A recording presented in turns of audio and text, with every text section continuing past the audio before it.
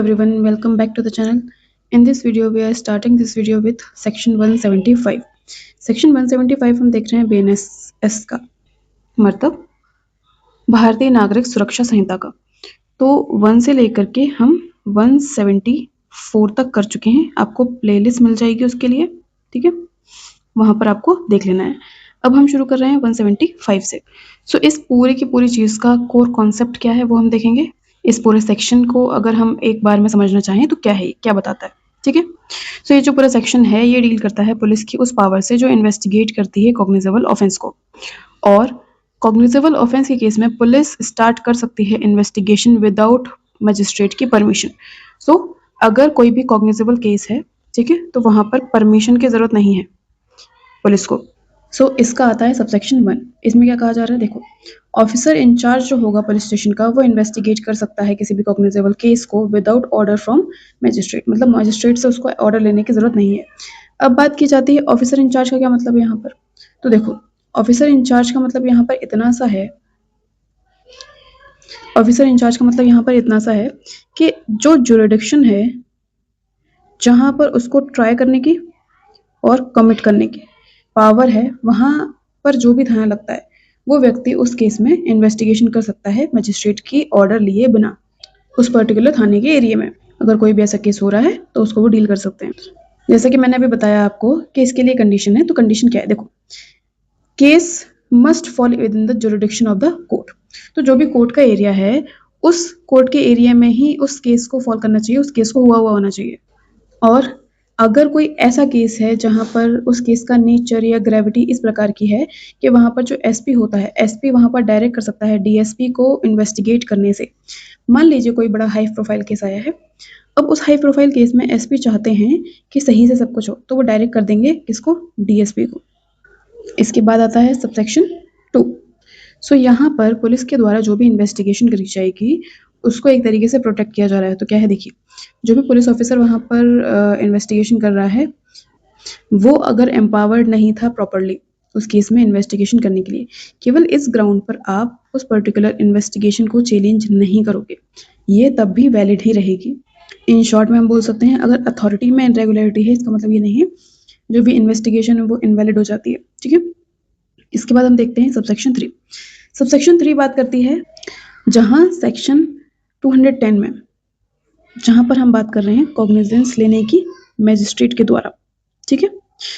सो अगर मैजिस्ट्रेट के पास पावर है सेक्शन 210 में कॉग्निजेंस लेने की, तो वो मैजिस्ट्रेट ऑर्डर कर सकता है उस पर्टिकुलर केस में इन्वेस्टिगेशन करने के लिए जब उसके पास एप्लीकेशन आती है अंडर सेक्शन 173 का सेक्शन सबसेक्शन 4। अब ये किस चीज की वजह से, जहां पर एफआईआर लिखने से मना कर देते हैं तो क्या होता है, हम एक तो एसपी के पास जाते हैं और एक मैजिस्ट्रेट के पास जाते हैं। तो ये मैजिस्ट्रेट के पास जाने के बाद का जो सॉल्यूशन है वो ये है, मैजिस्ट्रेट के पास जाएंगे, उसके बाद मैजिस्ट्रेट के पास आप कैसे जाते हैं, आप अपनी एप्लीकेशन लेके जाते हैं विद एफिडेविट, ठीक है, सबसे इंपॉर्टेंट चीज, एफिडेविट के साथ जाते हैं आप और वहां पर वो इंक्वायरी करते हैं अगर जरूरी है तो, और उसके बाद उनसे कहते हैं कि इस पर्टिकुलर केस में आप इन्वेस्टिगेशन शुरू कर दीजिए। और जहां पर भी जुडिशियल सुपरविजन जरूरी होता है वहां पर वो भी किया जाता है। इसके बाद हम देखते हैं सबसेक्शन 4, ठीक है। सबसेक्शन 4 में कहा जा रहा है जहां पर जो भी पब्लिक सर्वेंट्स हैं, ठीक है, उनके अगेंस्ट में अगर कोई कंप्लेंट आती है, और कंप्लेंट कैसी है, जब वो अपनी ऑफिशियल ड्यूटी कर रहे थे उस वक्त के टाइम की कंप्लेंट है, मतलब उन्होंने अपनी ऑफिशियल ड्यूटी में ऐसा कुछ किया है जिसके लिए किसी ने कंप्लेंट करी है। सो मैजिस्ट्रेट वहां पर तभी इन्वेस्टिगेशन ऑर्डर कर सकेंगे जब तक रिपोर्ट आ जाती है उनके पास सुपीरियर ऑफिसर से, उस व्यक्ति उस पर्टिकुलर ऑफिसर के, जो भी पब्लिक सर्वेंट है, ये पब्लिक सर्वेंट है, इनके सुपीरियर ऑफिसर पहले यहाँ पर रिपोर्ट भेजेंगे कोर्ट में, उसके बाद वो उस पर कॉग्निजेंस ले सकते हैं। और जो भी एक्सप्लेनेशन दिया जाएगा पब्लिक सर्वेंट के द्वारा उसको भी यहाँ पर मैजिस्ट्रेट कंसिडर करेगा। अब ये क्यों है, ये इसलिए है कि पब्लिक सर्वेंट को फॉल्स और हरासमेंट कंप्लेंट ना झेलना पड़े, इनको प्रिवेंट करने के लिए जो सुपीरियर ऑफिसर है उनसे रिपोर्ट मांगी जाती है और पब्लिक सर्वेंट से खुद से भी एक्सप्लेनेशन मांगा जाता है। अब इस सेक्शन का जो नेचर है वो पूरा का पूरा प्रोसीजरल नेचर है, पुलिस को एम्पावर कर रहे हैं और बैलेंस बिठा रहे हैं सेफगार्ड्स ला करके, और इसे कुछ प्रैक्टिकल एग्जांपल्स हैं जिनको हम देख सकते हैं। मर्डर केस रिपोर्ट हुआ है एक जगह पर और पुलिस ने स्टार्ट कर दी है इन्वेस्टिगेशन, ठीक है। सो इस प्रकार से कॉग्निजेबल ऑफेंसेस में इन्वेस्टिगेशन होती है। सेक्शन है वो है सेक्शन 176। सेक्शन 176 यहाँ पर बात करता है या डील करता है इन्वेस्टिगेशन का जो प्रोसीजर है उससे, कि इन्वेस्टिगेशन किस प्रकार से किया जाएगा। अब किन केसेस में? कॉग्निजेबल ऑफेंस के केस में, क्योंकि यहाँ पर लिखा हुआ है कि जो भी केसेस 175 में आते हैं हम उनको देखने वाले हैं, ठीक है। तो वहाँ पर हम कॉग्निजेबल ऑफेंसेस की इन्वेस्टिगेशन के बारे में बात कर रहे हैं। और जब भी पुलिस को थोड़ा भी सस्पेक्ट होता है कि भाई कोई ऑफेंस हुआ है, तो वहाँ पर इन्वेस्टिगेशन बहुत ज़्यादा ज़रूरी हो जाता है इमीडिएटली, ठीक है, और इमीडिएटली शुरू कर देना चाहिए। अब सबसे पहला इसका जो पॉइंट है वो ये है कि जैसे ही मजिस्ट्रेट को रिपोर्ट किया जाता है कि ऐसा कोई कॉग्निजेबल ऑफेंस हुआ है, तो वो क्या स्टेज है, कैसे क्या होता है। सो इसको समझने के लिए देखिए, सबसे पहले इन्फॉर्मेशन आती है, ठीक है, इन्फॉर्मेशन आएगी या फिर किसी अदर तरीके से इन्फॉर्मेशन आ जाएगी किसके पास? ऑफिसर इंचार्ज के पास। जैसे ही ऑफिसर इंचार्ज को पता चलेगा कि ऐसा कोई ऑफेंस हुआ है, तो वहाँ पर जो भी सस्पेक्ट उनको होता है कि ऐसा ऑफेंस हो सकता है, तो वहाँ पर अगर वो एम्पावर्ड हैं अंडर सेक्शन 175 उसको इन्वेस्टिगेट करने के लिए, तो जैसे ही उनको लगेगा कि वो एम्पावर्ड है इसमें, तो वो रिपोर्ट भेजेंगे एक किसको? मजिस्ट्रेट को। तो यहाँ पर क्या प्रोसीजर था? जो भी ऑफिसर इंचार्ज है वो रिपोर्ट भेजेंगे मजिस्ट्रेट को, और किस मजिस्ट्रेट को? जो वहाँ पर कॉग्निजेंस ले सकता होगा उस पर्टिकुलर ऑफेंस पर, मतलब उनके जुरिडिक्शन में होगा वो एरिया। और इस चीज़ को क्या कहा जाता है? इस चीज़ को कहा जाता है इंटीमेशन और रिपोर्ट टू द मजिस्ट्रेट। इसके बाद वो इन्वेस्टिगेट करने के लिए खुद प्रोसीड कर सकते हैं या फिर किसी सबऑर्डिनेट ऑफिसर को प्रोसीड करवा सकते हैं, ठीक है। तो वो जो स्पॉट पर ऑफेंस हुआ है पर्सनली खुद जाएंगे या फिर किसी सबऑर्डिनेट को बोल सकते हैं कि आप जाइए उसमें इन्वेस्टिगेशन करके आइए, क्या ऑफेंस हुआ है, किस वजह से हुआ है, क्या चीज़ हुई है। अब वहाँ पर इन्वेस्टिगेशन की किस चीज़ की जाती है? तो वहाँ पर देखा जाता है भाई इन्वेस्टिगेशन के फैक्ट्स क्या थे। इन्वेस्टिगेट किया जाता है कि जो भी ऑफेंस हुआ है, जो भी एक्ट हुआ है उसके फैक्ट्स क्या हैं, ठीक है। और जो भी एविडेंसेस उनको लगता है कि हो सकते हैं उनको कलेक्ट करते हैं वो, और अगर कोई डिस्कवरी या फिर कोई अरेस्ट होना है ऑफेंडर का तो वो करवाते हैं। अब इसके बाद आती है दूसरी सिचुएशन जो कि है इसका एक्सेप्शन। अब वो क्या है? जहाँ पर पुलिस को लगता है कि भाई वो इन्वेस्टिगेशन कर रहे हैं बट इधर पे उनको ना अरेस्ट करना ज़्यादा ज़रूरी उनको लगता नहीं है, और उनको लगता है कि इसमें इन्वेस्टिगेशन का भी कोई मतलब नहीं है। जैसे कि कोई ऑफेंस हुआ है और बाय नेम उन्होंने बताया है कि ये पर्टिकुलर ऑफेंस हुआ है, और जो व्यक्ति है उसका नाम भी वहाँ पर दिया गया है। तो जो ऑफेंस है वो बहुत ही सीरियस नेचर का नहीं है, नॉन सीरियस केस है, और अक्यूज़्ड का नाम भी हमें पता है, तो ज़रूरत नहीं है कि वहाँ पर विज़िट करना ज़रूरी हो इन्वेस्टिगेशन के लिए। अगर ऑफिसर इंचार्ज को ये लगता है, और दूसरी सिचुएशन क्या है? ऐसा लगता है कि यहाँ पर सफिशिएंट ग्राउंड नहीं है कि व्यक्ति को इन्वेस्टिगेशन के लिए जाना चाहिए, तो वो रिफ्यूज़ कर सकते हैं इन्वेस्टिगेशन को करने के लिए। अब बात की जाती है कि ये जब भी एक्सेप्शन अप्लाई होते हैं तो वहाँ पर ना इन्वेस्टिगेट करने के रीज़न्स को हमेशा रिकॉर्ड किया जाएगा और उनको रिपोर्ट किया जाएगा, किसको? मजिस्ट्रेट को, और साथ-साथ में इन्फॉर्म करा जाएगा कंप्लेनेंट को।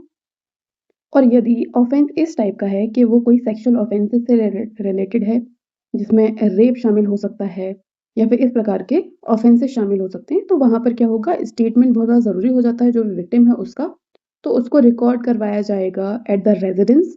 और अगर जो फीमेल है वो अगर कोई और प्लेस चाहती है, उसकी चॉइस का कोई और प्लेस हो सकता है, ठीक है, उसकी उस जगह पर उसको रिकॉर्ड करवाया जाएगा, किसके द्वारा? वुमेन पुलिस ऑफिसर के द्वारा।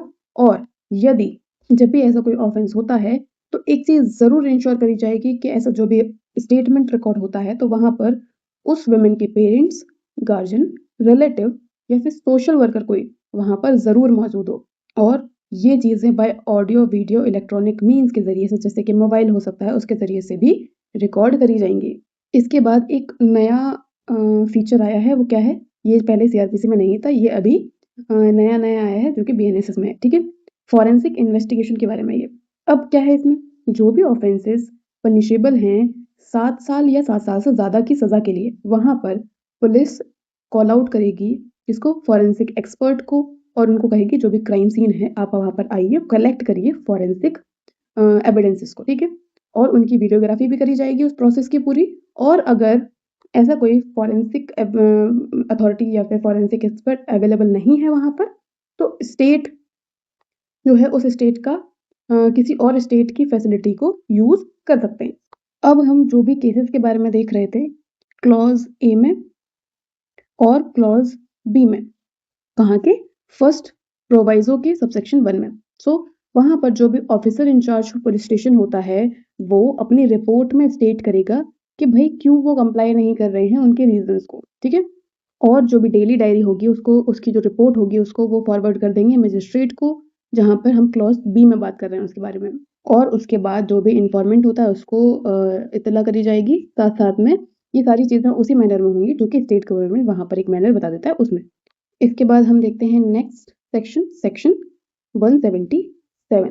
सेक्शन 177 यहाँ पर बात करता है उन केसेस में कि भाई अगर कोई भी इन्वेस्टिगेशन हो रही है तो किस प्रकार से कम्युनिकेशन चलेगा बिटवीन पुलिस एंड मजिस्ट्रेट।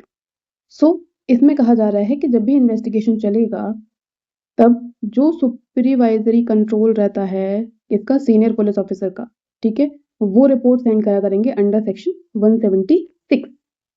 सो हम यहाँ पर कह सकते हैं जो भी रिपोर्ट प्रिपेयर करी जा रही है अंडर सेक्शन 176 इन्वेस्टिगेशन की, वो मजिस्ट्रेट को किस प्रकार से भेजी जाएगी, डायरेक्टली और by the superior police officer, जो भी स्टेट गवर्नमेंट वहाँ पर डायरेक्ट कर दे उसके द्वारा। अब यहाँ पर जो स्टेट गवर्नमेंट है इसका रोल क्या है, तो स्टेट गवर्नमेंट वहाँ पे स्पेसिफाई कर सकती हैं कि भाई रिपोर्ट किस प्रकार से सुपीरियर ऑफिसर के थ्रू जाएगी और किसी जनरल या स्पेशल ऑर्डर के थ्रू वो उसको डायरेक्ट कर सकते हैं, ठीक है। वहीं पर जो भी सुपीरियर ऑफिसर होगा वो सुपीरियर ऑफिसर एग्जामिन करेगा रिपोर्ट को कि भाई रिपोर्ट सही है या नहीं, कही है। अगर चाहे तो इंस्ट्रक्शन दे सकता है एसएचओ को, जो भी ऑफिसर इंचार्ज है उसको, ठीक है। रिकॉर्ड कर सकता है उन इंस्ट्रक्शंस को ऑन दैट रिपोर्ट और फॉरवर्ड कर सकता है पुलिस ऑफिसर को विदाउट डिले। इसके बाद नेक्स्ट सेक्शन है सेक्शन 178। सेक्शन 178 बात करता है पावर टू होल्ड इन्वेस्टिगेशन और प्रिलिमिनरी इंक्वायरी, ठीक है। सो जब भी सेक्शन 176 में रिपोर्ट आती है,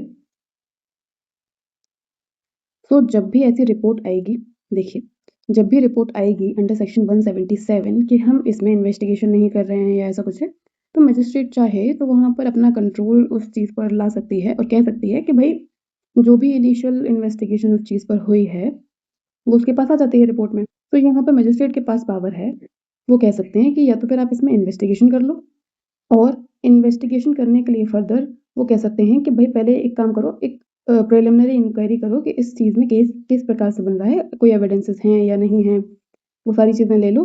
और अगर चाहे तो वो ये खुद भी कर सकते हैं और किसी अदर सबऑर्डिनेट मजिस्ट्रेट को भी डेप्यूट कर सकते हैं उस चीज़ को करने के लिए, ठीक है। और इसी प्रकार से वो डिस्पोज करेंगे केस को, जो भी अप्रोप्रिएट एक्शन या मैनर दिए हुए हैं अंडर भारतीय न्याय संहिता, सॉरी भारतीय नागरिक सुरक्षा संहिता में, ठीक है। और इस प्रकार से उस मैटर को खत्म किया जाएगा, उस पर कॉग्निजेंस लिया जाएगा या डिस्पोज ऑफ किया जाएगा। इसके बाद आ जाता है हमारा नेक्स्ट सेक्शन, सेक्शन 179।